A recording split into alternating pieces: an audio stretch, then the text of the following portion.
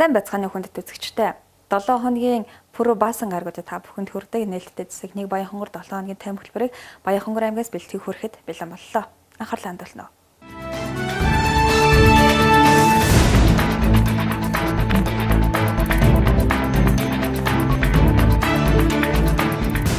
Дөрөвдүгээр сарын 11-ний өдөр Баянхонгор аймгийн Засадраа Бат жаргал зарим газар хилцээний дарга нартай 2017 онд хамтран ажиллах үр дүнгийн гэрээгээ байгууллаа. Аймгийн Засадраа Бат жаргал 6 байгууллагын удирдлагуудтай 2017 онд хамтран ажиллах үр дүнгийн гэрээ байгуулсан юм. Энэ хүрээнд хөдөлмөр халамж үйлчлэхний газрын дарга амарснаа, газрын харилцаа барилгах байгуулалтын газрын дарга нуруу, цагдаагийн газрын дарга хурандаа оюутвалт, цагуур орчны шинжилгээний газрын дарга мандал, тодорхой хэлцээний дарга Эрдэнэсэн давг, Баянхонгор тохиолдолд үйлчлэхний газрын дарга готов нартай энэ онд хамтран ажиллах үр дүнгийн гэрээгээ энэхүү аймгийн удирдлага үзэсгэлээ. 2017 онд хийж хэрэгжүүлэх ажлын чиглэлээр хууль зүйн дотоод хэргийн сайттай аймгийн засаг дарга гэрээ байгуулсан. За энэ гэрээний хүрээнд цагдаагийн ерөнхий газрын дарга, орон нутагт аймгийн төв орон нутгийн цагдаагийн газар хэлцээний дарга нартай 4 сарын 7-ны өдөр гэрээгээ байгуулсан. Ингээд 4 сарын 11-ний өдөр аймгийн Баянхонгор аймгийн засаг даргатай Баянхонгор аймгийн цагдаагийн газрын дарга хамтран ажиллах гэрээгээ байгууллаа. За энэ 17 онд хийж хэрэгжүүлэх ажлын тухайд аймгийн засаг даргын зөвлөл болон зөвлөлөөс гарсан шийдвэрийн дагуу аймгийн иргэдийн төлөөлөгчдийн хурлын тэргүүлэгчдээс амар тайван амьдрал дэд хөтөлбөрийг хэрэгжүүлэхээр шийдвэр гарсан. За дээр нь мөн гэмдэргээс урьдчилан сэргийлэх, хулгайн гэмдэрэгт гэдэг тэмцэх, за аж ахуйн нэгж байгууллага, гэр ороолын гудамжийг камержуулах гэх мэт тогтоолууд гарсан. Энэ дээр цагдаагийн байгууллага мэргэжил арга зүйн удирдлагаар хангаж нэлээдгүй их ажил арга хэмжээг хийж хэрэгжүүлнэ. За үүний үр дүн нь болохоор Баянхонгор аймгийн Баян нийт нутаг дэвсгэр за мөн гэмтэрэг зөрчил үйлдэгдэж байгаа харанхуй болон тохой юу хаана л байна. Тэнд бол цагдаагийн байгууллагын хяналт байна гэсэн ийм зорилго тавьж ажиллаж байна. Мөн хатуу хүчтэй зам ашиглалтанд орохоор болсон. За энэ дээр хууль зүйн дотоод хэргийн сайдаас өндөр ач холбогдол өгж тэр байдргийн гүр орчимд ословаар гарах цэг дээр байнгын пост барья. Энэ постыг одоо аймгийн засаг даргатай байгуулсан гэрээн дээр тусгацаа, энэ хэрэгжих ёстой. За энэ постыг зөвхөн цагдаагийн байгууллага биш, мэргэжлийн хяналт, хөдөө аж ахуй, хорио цээр гэсэн энэ чиглэлээр энэ постыг ажилуулах нь зүйтэй гэсэн энийг аймаг орон нутгаас нэлээд сайн дэмжиж байгаа. Учир нь юу гэвэл Баянхонгор аймгийн Үлзийт сумын цагаан хөтөл орчимд энэ зам ашиглалтанд орсноос хойш нэлээд их хүний амнаас эрсдсэн ийм тохиолдол гарсан. 13 онд цагаан хөтлийн пост барих асуудал аймаг орон нутгаас дэмжиж 14 оноос энэ постыг барьснаас хойш хөдөлгөөний аюулгүй байдлын эсрэг гэмтэр явуулмаас хүний амнаас эрсдсэн хүнд болон хүн дэвтэр гэмтэл авчирсан тохиолдол бүртгэгдээгүй нь болохоор энэ бол орон нутгаас зохион байгуулж ажлын үр нөлөө үр дүн гэж бид харж байгаа. Тэгэхээр иймэрхүү төрлийн ажил арга хэмжээ ямыг зохион байгуулна. Баянхонгор аймгийн татварын хэлтсийн хувьд бол аймгийн засаг даргатай гэрээ байгуулснаар 2017 оныхоо үр дүнгийн гэрээг одоо хэрэгжүүлэх ажилдаа одоо орж байна. Юуны өмнө бол бас засаг даргын мөрийн хөтөлбөрт орсон гол ажил бол 2017 оны үндсэн чиглэлд татварын бааз суурийг 10%-аар нэмэгдүүлнэ гэсэн ийм заалт орсон баг. Энэ заалтын хүрээнд одоо бид нар бас татварын ерхий газрын даргатай байгуулсан гэрээ, аймгийн засаг даргатай байгуулсан гэрээнийхээ дагуу татварын орлогын бүрдүүлэлт, улсын төсөв болон орон нутгийн төсвийг одоо бааз суурийг нэмэгдүүлэх тал дээр гол анхаарлаа тавьж ажиллаж байна. 2016 оны хувьд бол манай татварын хэлтсийн хувьд ажлын бас өндөр амжилттай ийм жил байсан. 16 оны хувьд бол татвар төлөлт манай иргэд аж ахуйн нэгжүүдийн хувьд бол бас хуулиар хүлээсэн үүрэг амжилттай биелүүлсэн ийм жил байсан. Тэгээд энэ завшааныг тохиолдуулаад бас Баянхонгор аймгийн хэмжээнд үйл ажиллагаа явуулдаг аж ахуйн нэгжүүд болон иргэд та бүгдийг бас татварын хэлтстэй маань хамтран ажиллаж аймгийн орон нутгийн төсөвтөө одоо оруулах хуулиар хүлээсэн үүргээ ухамсарлаж биелүүлэхийг одоо бас уриалж байна. Бид нар гудамж хорооллын орчин нөхцөлийг сайжруулах, зам талбай ногоон байгууламжийг нэмэгдүүлэх, нийтийн эзэмшил газруудын эд хөрөнгийг хамгаалах, ашиглалтыг сайжруулах гэсэн чиглэлээр гол ажлууд хийхээр гэрээ байгууллаа. Мөн цэцэрлэг төрөлнгүүдийн ашиглалтыг сайжруулах, иргэдийнхээ тэнд чөлөөт цагаан зөв боловсон өнгөрүүлэхийн боломж нөхцөлийг бүрдүүлэх чиглэлээр бас тодорхой арга хэмжээнүүдийг тусгагдаж гэрээ байгууллаа. Танах ажил хийгээд байдаг иргэдийн ухамсар ерөнхийдөө хэр хэмжээнд байгаад байна. Хийсэн бүхний чинь одоо тэгээд эвдэх сүйтгэх юмнууд ер нь хэр гарч байна. Үнэхээр иргэдийн энэ ухамсар ойлголт бол маш муу байна. Орчин нөхцөлтэйг хайрцах, ногоон байгууламжтай хайрцах, нийгдийн эзэмшил газрын эд хөрөнгийг хайрлан хамгаалах чиглэл үнэхээр одоо гомдмоор байна. Энэ тал дээр бол сургалтуудыг үе шатраатай зохион байгуулах гэсэн ийм ажлыг бол бас төлөвлөгөөндөө оруулж өгсөн. Үүний нэг үр дүн нь болохоо зэрэг иргэдээ нийтэд нь хамруулад иргэдээ өглөө бүр одоо талбай дээр нь цуглаж хамтдаа одоо айдсамт хөдөлгөөнт тасгал хөдөлгөөн хийдэг ийм арга хэмжээг зохион байгуулахаар эхний ээлжинд төлөвлөж байна. Тэгээ энэ дагуугаар бид энэ дундаа бол иргэддээ сургалт мессеж өгөх энэ арга хэмжээг зохион байгуулж иргэдийг боловсруулах энэ чиглэл дээр бол бас ахиц гарна л гэж найдаж байгаа. Тус үрдэнгийн гэрээнд гэрээ байгуулсан байгууллага тус бүр салбар бүртээ хийх ажлаа тодорхой тусгасан ба ажлын үр дүнг сайжруулах, бага зарлаар чанартай томоохон ажил зохион байгуулах, иргэд олон нийт рүү чиглэсэн тэднийг хамруулсан сургалт мэдээлэл зэрэг олон төрлийн ажил арга хэмжээ хийхээр тусгагдчихэ. Аймгийн засаг дарга Баянгар аймагт үйл ажиллагаа явуулж хүнсний үйлдвэрүүдийн нөхцөл байдалтай газар дээр нь очиж танилцаж тэдний санал хүсэлтийг сонсох зорилгоор дугуй ширээний уулзалт ярилцлагыг зохион байгууллаа.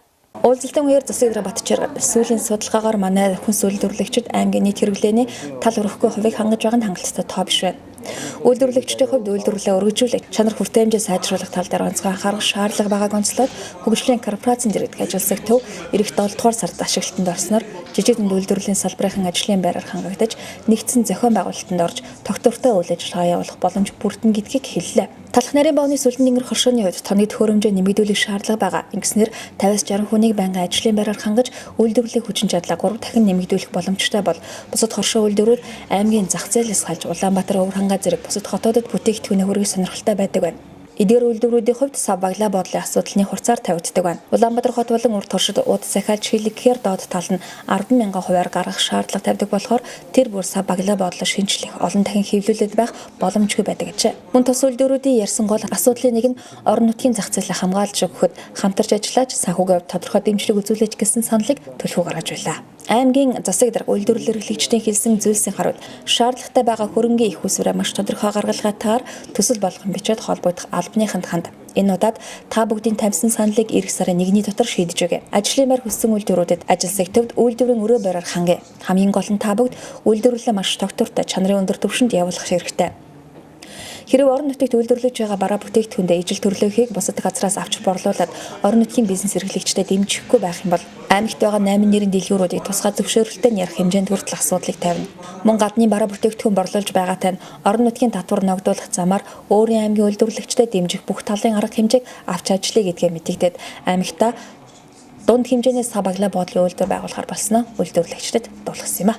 Тэгээд сав баглаа бодлын үйлдвэр дээр нэг юм анхаарах хэрэгтэй юм зүгээр яг ямар байдгийг мэдэхгүй байна. Гэхдээ анхаарна гэж аль болохтой зэрэг одоо нөгөө нийлэг ялгарууд хэрэглээс татгалцсан цаас холлож олсон тийм одоо үйлдвэрлэл байвал өртгөн ямар тусах нь энэ талынхаа судалгаа бас давхар хийгээ явж байгаа. Аймгийн засаг дарга одоо бид бүгд хүлээж авч тэгээд бидэнд одоо тулгарч байгаа бэрхшээлийг одоо бас сонсож хуваалцаж аваад маш их баяртай байна. За тэгээд ямар ч үсэн энэ ингэж сайхан цөмөрөө ярьж болсон одоо үр дүн гарах байх гэж бодож байна. Тэгээд бүх төсөл хөтөлбөрүүдийг одоо хүлээж авч 5 сарын 1-ний дотор шийдэрлэнэ гэсэн тийм баттай хариу сонслоо. Тэгээ бид нэр бэлтгэсэн одоо ерөнхийдөө төлөвлөсөн байгаа ажлуудаа тэнд өгөөд одоо ямар нэг үр дүнд хүрэх байх гэж найдаж байна. Үйл ажиллагаа явуулаад 11 оноос хойш үйл ажиллагаа явуулж байгаа үеийн тохиолдолоос гарч байгаа байхгүй. Яг энэ дээр л их талархууштай байна. Тэгээд яг эргээд үл үр дүн нь бол цаг хугацаа харуулах үр дүнтэй байх гэж бодож байна. Тэ. Өнөөдөр ярьсан одоо бидний зөвлөлдсөн ярьсан асуудал бол маш чухал асуудлууд байсан. Энэ бол үр дүнтэй яг цаг хугацаа харуулна гэж бодож байна тэ. Яг тухайлбал танай аж ахуй нэгж. За манай аж ахуй нэгждэр бий болохоор зэрэг яг үйлдвэрээ өргөдөх сав баглаа бодлогын асуудлыг шийдэх, за агаржуулалтаа шийдэх ингээд одоо зээлтэй учраас тэр хөрөнгөлөлт үүсгэж бид хэрэгээ шийдэж чадахгүй наа гэсэн асуудал тавьсан. За энийг бол 5 сарын 1-ний дотор багтааж шийдэж өгье гэж байна. 100 грамтай 500-ийн сорултаа ундаа ах уу 100 грамтай яг ориг тараг тийм сорултаа тараг хоёр ах. Алийг ах вэ? Ер нь бол яг органик талаар экологийн цэвэр бүтээгдэхүүн гэдэг талаас нь таргийг авах байна тий. Тийм нэг тараг гаргаж тэрнийхээс баг зэрэг жоох юм дутуу байсан тэрийгээ сая төслийн гүйцээ гэдэг өгчлээ. Бидний тухайд бол одоо бас нэгдмэл байдал бас нэгдүгürt байх хэрэгтэй байна. Нэгдмэл байлаа гэдээ бас нэг ард иргэдэн бас хохироосон байдалтайгаар биш. Өөрсдөө бас тодорхой хэмжээнд орон нутагтаа бас танигдж, мэдэгдэж хоорондоо бас одоо манай бүтээгдэхүүнтэй тийм болсон байна, ийм болсон байна гэдгийг бас хоорондоо ярилцах. Энэ бол одоо нэлээд том нэгтгэл хамгийн гол байх тийм л хэрэгтэй байна л гэдгийг л дарж байна. Миний мэдхээр лав энэ 10 жилийн хугацаанд ингэж Баянгар аймгийн засаг дарга одоо хүнсний үйлдвэр эрхэлж ингэж жижиг дунд үйл ажиллагаа үйлдвэрлэлийн чиглэлээр үйл ажиллагаа явуулж байгаа улсуудыг хүлээж авч ирснийг ийм тохиолдол бий л санахгүй байна. Энэ шинээр сонгосон засаг дарга маань ингэж биднийг анх удаа ингэж хүлээж авч энэ хүнсний үйлдвэрлэгч биднэрт ингэж тохиолдож байгаа бэрхшээл цаашдын зорилтын маань талаар уулзж ярилцж байгаад үнэхээр их баярлж талархаж байна. Энэ уулзалтаар их чухал асуудлуудыг шийдэж нэгцэн ойлголт үр дүн төрлөө. Баянхонгор аймгийн багийн засаг дарга сумдын статистикийн асуудал хариуцсан мэргэжилтнүүдийн дунд сургалт семинар боллоо. Сургалтанд үндэсний статистикийн газрын тамийн газрын дарга Цэвэг Дөрж санхүүгийн хэлтсийн дарга Батцог, Баянгор аймгийн засаг дарга Батчаргал, аймгийн статистикийн хэлтсийн дарга Батцог нарын албаны төлөөлөл, хорон сумын 104 багийн засаг дарга сумдын статистикийн асуудал хариуцсан мэргэжилтнүүд оролцлоо. 2016 оны орон нутгийн сонгуулийн үр дүнгээр Баянгор аймгийн 104 багийн дарга нарын 60 гаруй хувийн шинээр сонгогдчихэ. Тиймээс анхан шатны нэгжийн статистикийн мэдээллийг сонирхолтой бодиттой болгоход энэ удаагийн сургалт өндөр үр дүнтэй гэдгийг албаныхан онцолж байна. Иргэнтэй нүүр тулд ажиллаж иргэдийн амьдралыг орнуудынхаа хүчтэй онцлог давуу байдлыг хамгийн ихээр мэдэрч илэрхийлж тэдэнд төр засгийн бодлого шийдвэрийг зөвөр сурталчилан таниулж энэ баг гэдэг хамт олоныг өдөртөн чиглүүлж байгаа эрхэм үүрэг бүхий агийн даргааны сонгуульсан. Энэхүү юм хариуцлагатай сонгуул дээр өдөртөн иргэдийн саналыг авч өнөөдөр багийн засаг даргын хариуцлагатай ийм ажил олбонд шалтгаан бас дахин сонгогдсон шинээр сонгогдсон та бүхнээс баяр хүргье.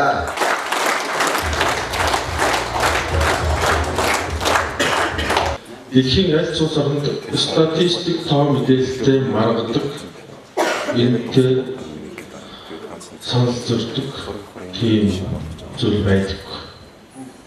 Тийм учраас та бүхэн бол орон нутгад энэ үнэн гэсэн тоо мэдээллийг гаргаж байгаа.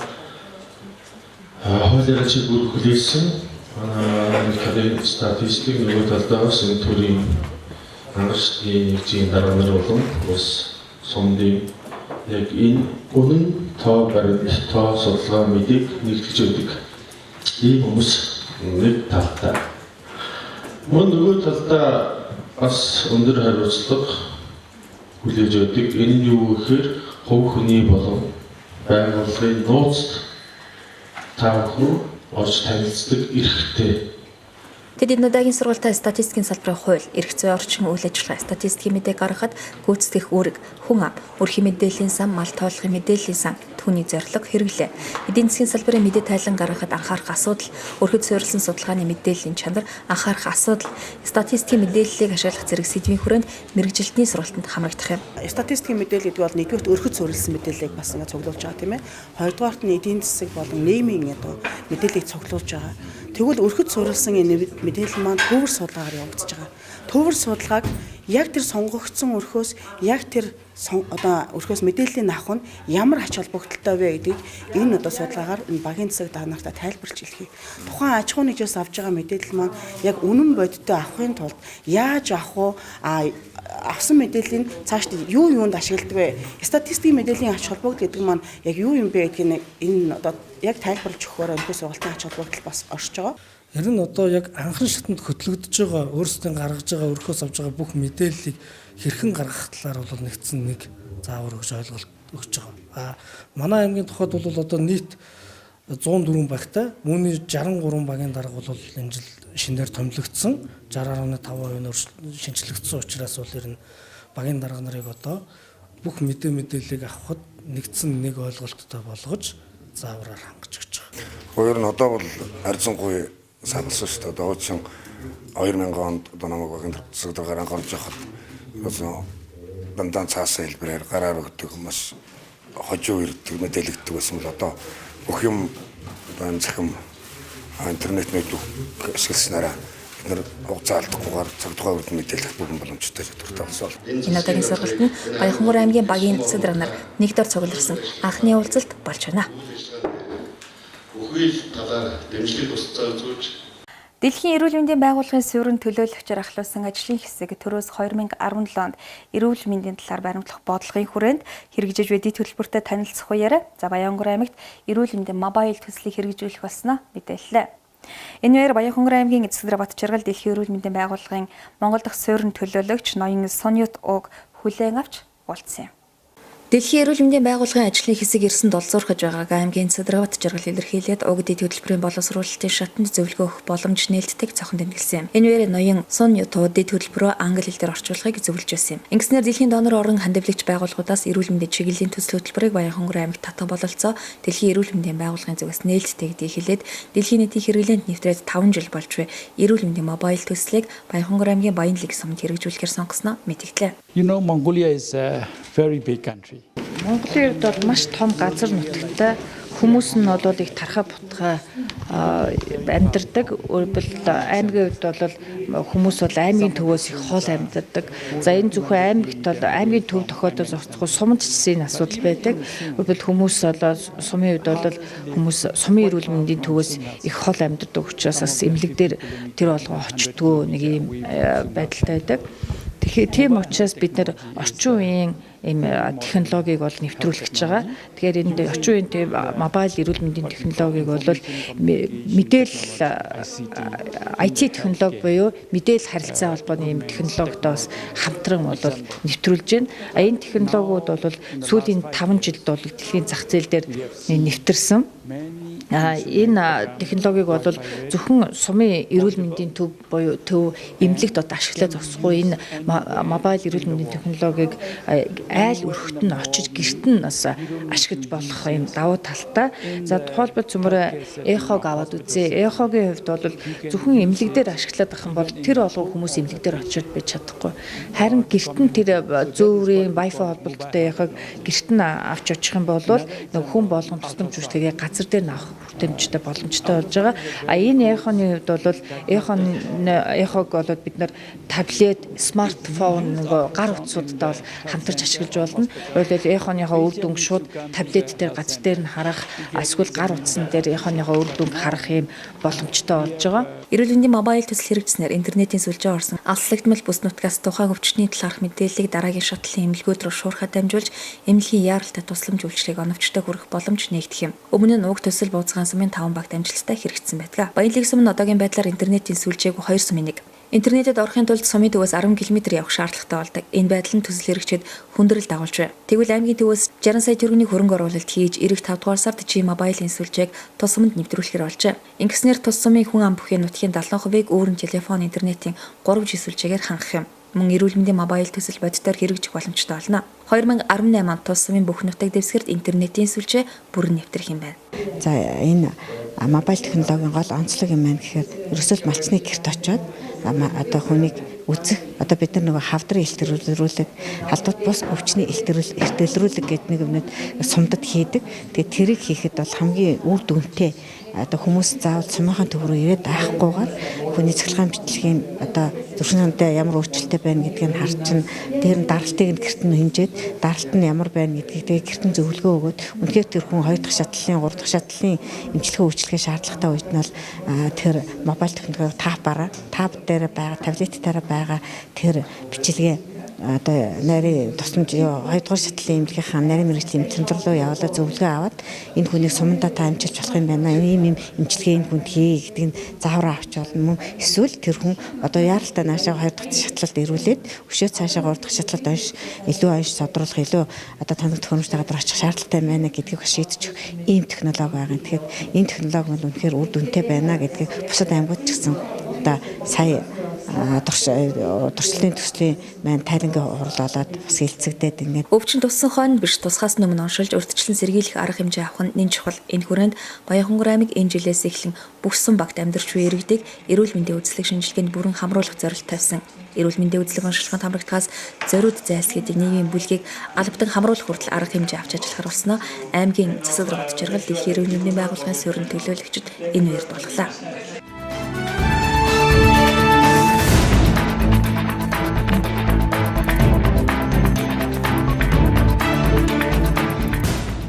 Төрийн шагналд яруу найрагч Хүрэн морины буюу хүүхдийн зохиолч Чойжилж авын Ламсрынгийн мэндэлсний тэгш 100 жилийн энэ анд тохиож байна.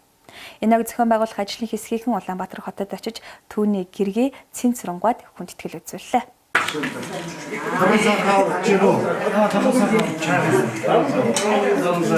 Зохиолч Чойжилж авын Ламсрын 1917 онд Баянхангөр аймгийн Баазхан сумын нутагт төрсэн байдаг. Их зохиолчийн 100 жилийн тэгшөөг энэ жил зохион байгуулахаар аймгийн засаг даргын орлогч Батцоороор ахлуулсан ажлын хэсэг байгуулагдсан ба тус ажлын хэсгийнхэн 4-р сарын 4-ний өдөр Улаанбаатар хотод очиж их зохиолч агсны гэргийн цэнц сүрэнд хүндэтгэл үзүүлж гэр бүл үр хүүхдүүдтэй 100 жилийн аг зохион байгуулах арга хэмжээний тухайд ярилцаж санал бодлоо солилцлоо. Төрийн шагнал зохиолч яруу найрагч Ламсрангах 8 хүүхэдтэй өнөртгөн айлм. Түүний том хүргэнд Орнод аймгийн уугуул Монгол Улсын хүний гавьяа тэмч Цэдэн Ишга ба том охин Пүрвсүрн нь гавьяа тэмчийн гэр бүлийн хүн юм. Төрийн шагналд яруу найрагч Ламсран агсны хань өдгөө 90 насыг зоглож бичсэн Цэнсрангва Төв аймгийн Баян Үнжил сумын уугуул юм. Би хоёр чинь одоо 40 оноос л эхэлж танилцаж эхэлсэн дээ. Манайх 8 хүүхэдтэй. Манай өвчин хүүхдтэй ер нь хүүхдээ аашилдаг нэггүй тийм хүүхдийг хайрладаг тийм хүн байсан. Дарга марга гэж ярихгүй шүү дээ. Тэрүүгээр сууж байгаа эмгэн өвгөн хүүхд байдаг нь тэдэнтэй ярнөхөөс дээгүүр ярих. Одоо суучихсан хөгшин юу байдаг тийм болстой яриад. Ямар сандаа Баянгорт нэг зохиолч яваад тэгээд очиод нэг өдөөний малчин үнтэй мордонтой сундалцсан явж исэн гэж байна шүү дээ. Хөрөөс тийм дээгүүр зам байхгүй. Өдгөө төрийн шагналд зохиолч яруу найрагчийн 8 хүүхэд өсч өндөж бүл нэмсэр далуулаа болж улс орныхоо хөгжлийн төлөө салбар бүрт ажиллаж байна. Төрийн шагналд яруу найрагч Чойжилж авын Ламсрын нь Хүрэн морь зэрэг олон түмэнд хүрсэн олон сайхан найрагл шүлэг зохиол бичсэн бол хүүхдэд зориулж Мамунашир Сашка 3 ховдог 2 бамбрууш көхөө юу гэж донгодов. Үнэн тууж түүдэг галын дуу зэрэг олон номод бичжээ. Мөн их тайвны ураа сайхан дуу зэрэг хүүхэлдэйн жүжгүүдийг бүтээж байжээ. Би ерөөл ухаан сарвал энэ хүнээс төрсэн 8 хүүхдийн хамгийн том нь 73 настай бол хамгийн бага хөө баасан хүн 53 настай байна. Эц зохиолч маань амьд ахуй цагтаа шүлэг бүтээлээ тойрохын хажуугаар өөрийн хүүхдүүд ач зээн нартаа зориулж тус тусд нь шүлэг бичиж хадгалуулжээ. Гэхдээ манай аав бол их сони хүн.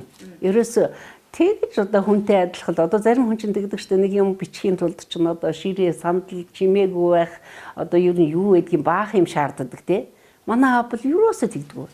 Бид нэр тэнд бужигэн жил байна. Ерөөсө хизээ одоо бичсэн мэддэхгүйгээр л бичдэг хүн байсан. А зүгээр яхав ганц яхавд нэг шүнд бид нарыг унтцсан хойно галтгооныхаа нэг модон сандал дээр ширээн дээр суудсан хаяа нэг ингээд харагдана л да. Одоо тэрнээс биш ерөөсөө тэгж бид нарыг та нар чимээгүй би тэгэх гэж ингэх гэж хэлж ирснийг ерөөсөө огт мэдэхгүй. Шүлэг зохиолоо хуучин монголоор бичнэ. Дандаа ерөөсөө. Нэг хэвлэлтэнд өгөхийн тулд ирэх чинь нөгөө шинэ үсэг төр болгодог байхгүй юу? Хуучин монгол чинь. Тэг бүгдээрээ болдог. Тэгэл гармаар өвдөн заримдаа бас яах яатрна. Тэр чинь нэг ганц нэг хууц биш шүү дээ. Зөндөө хууц юм чинь тэгэл ээлжлэл хоолаа тэгэл. Тийм л өдөг бол. Сансан тэр үеийн одоо тэр юунд явж исэн, ууланд явж исэн намайг тусланд очиж эргэж байсан. Бас намайг ажил хийж хахад ажил дээр минь очиж шүлэг уншиж хэлсэн. Тэгээ тэр бүгд санагддаг. Би бол одоо ингээл радиод сэтгүүлчээр яваад ороход хүүхэн чи Ламсрангой зээх юм уу? Хүүх тийм мундаг хүний охин юм уу гэд ингэж надтай харьцдаг. Тэ? Тэр хэмжээнд нь бид хүрэхийг бас хичээдэг. Тэгтээ тэр өвөөгийн тэр алтан авьяас бол надад арай заяагаагүй юм шиг байгаа юм аа тий. Тэгээ манай эгчд бол заяасаа. Би энэ аавыг ерөөсөө би хүн муулж яхад ер сонсов. Хүний сайн чанарыг яаж олж харж одоо чаддаг юм.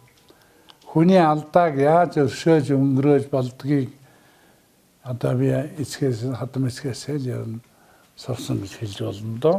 Аав маань төрсөн нутгийн одоо удирдлагууд ирж уулзаж одоо энэ ажлыг яаж явуулах талаар төлөвлөгөөг хэлцэж байна л да. Тэгээ бид их баяртай байна. Одоо 70 өөрөөр хэлбэл би одоо тэр 70 хүний өмнөөс Баянхангар аймгийнханд, Баазхан сумынханд маш их талархаж өгдөгөө хэлмээр байна. Лам сурнанд хүрэн морь найраглал хүүхдийн олон сайхан дуу зохиосон тул 1963 онд бүгд найрамдах Монгол Ард улсын төрийн шагнал хүртсэн юм.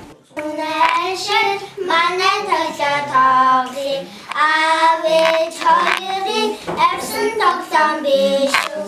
Мөрөштэй машин барьж явъя. Номсон уншаа, номод тайлаа. Мамунашаа манай тоглоо тоглоё. Ах ирч хоёрын авсан тоглоом биш үү? Бүрэн багваа хөтөлөө хүчин занаа тууя. Хүүхэлтэйгээ хамтан хөрхөн тоглоомоор тоглоё. Яасан гомдээ.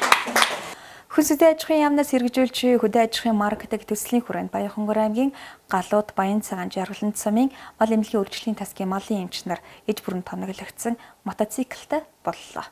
Нийт 34 бид хөтөлбөрийн хүрээнд манай аймагт энэхүү төсөл маань үйл ажиллагаа явуулснаас хойш 1 тэрбум 250 гаруй сая төгрөгийн хөрөнгө оруулалтыг манай аймагт оруулсан байна. Төслийг Баянгор аймагт амжилттай хэрэгжүүлж байгаа төслийн нэгж хамт олонд нийт Баянгор аймгийнхаа ард иргэд Баянгор аймгийнхаа цэцэргийн хамгаан газрынхаа нэрийн өмнөөс гүн толгох дэлгээл цаашаагийн ажилд сайн сайхан бүхнийг хүсээрээ. Хүн амыг одоо аюулгүй чанартай юм хүнсээр хангах. За үйлдвэрийг одоо чанартай түүхэд болох малажхан гаралтай түүхэд аш шир, ноос, ноолуур юм чанартай бүтээгдэхүүнээр хангахад мал эмнэлгийн одоо үйл ажиллагаа бол их чухал байгаа. Тийм учраас өнөөдөр одоо бас малын эмч нарыгаа одоо тусламж, яаралтай дуудлагад одоо цаг алдалгүй вакцинжуулалтыг одоо бас мөн цаг алдалгүй хийх. Энэ одоо үйл ажиллагаанд дэмжлэг болгож ингэж бүцэглүүд болов. Монгол улс өөрөө хөдөө аж ахуйн орн, хүн амынхан ихэнх хувь нь бол мал аж ахуй эрхлэж өөрийнхөө амьдралаа ахагва залгуулж ингэж явдаг. Тэгэхээр энэ амьдралаа залгуулж явж байгаа энэ мал аж ахуйн салбарт малын эрүүл мэнд, малын өвчнөд урьдчилан сэргийлэх, тэмцэх чиглэлээр орон нутгийн түвшинд тэр дундаа яг сумын түвшинд ийм нөхөө хөрөнгө оруулалтын төслийнхаа хамт олонтой хөдөө аж ахуйн яамныхантай хамтарч ингээд одоо бэлэн болгож байгаад их баяртай байна. Мал аж ахуйн салбарын хүрээнд бол залаа жинстэй цагаан бөмбөрийн улаан ямаа за сартуул гэсэн одоо цөм сүргийн аж ахуй байгуулж өгсөн байж байгаа. За мал эмнэлгийн хувьд бол одоо өнөөдрийн байдлаар бол дуудлага үйлчилгээний Япон улсад үйлдвэрлэсэн Yamaha гэдэг мотор өгч байна. Тэрнээс өмнө мал эмнэлгийн шинжилгээ онцлогоонд хэрэгэлдэг маш чухал тоног төхөөрөмжүүдийг бол олгосон байж байгаа.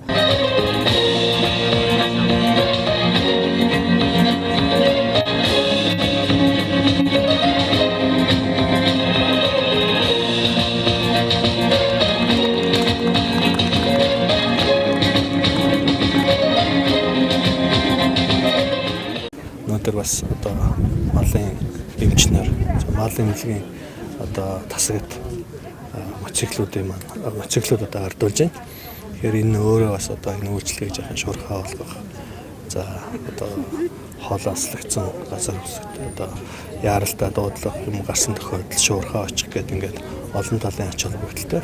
За тэгээд одоо цааш нь харах юм бол вакцины тарилга, за малын одоо хөнгөн хүндэд энэ зэрэг өвчлөлтөд ингээд олон ажлууд бий. Тэгээд энэ бол одоо өнөөдрийн олгож байгаа моциклүүд маань бас тодорхой өөр гүйцэтгэх гэж байна. Нөгөө талаар бас одоо малын эмнэлгийн лабораториудыг одоо сайжруулах.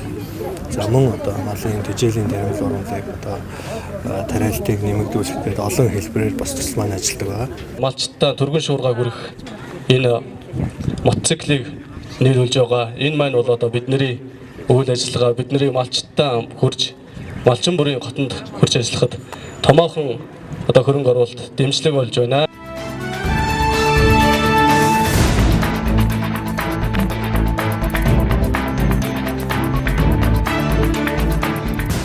Та бүхэндээ 7 хоног бүрийн пүрэв баасан гаргуудад Баянхонгор аймгаас бэлтгэн хүргэдэг нээлттэй засаг нэг Баянхонгор 7 хоногийн тайм хөтөлбөрөөр энд хүргээд өндөрлөж байна.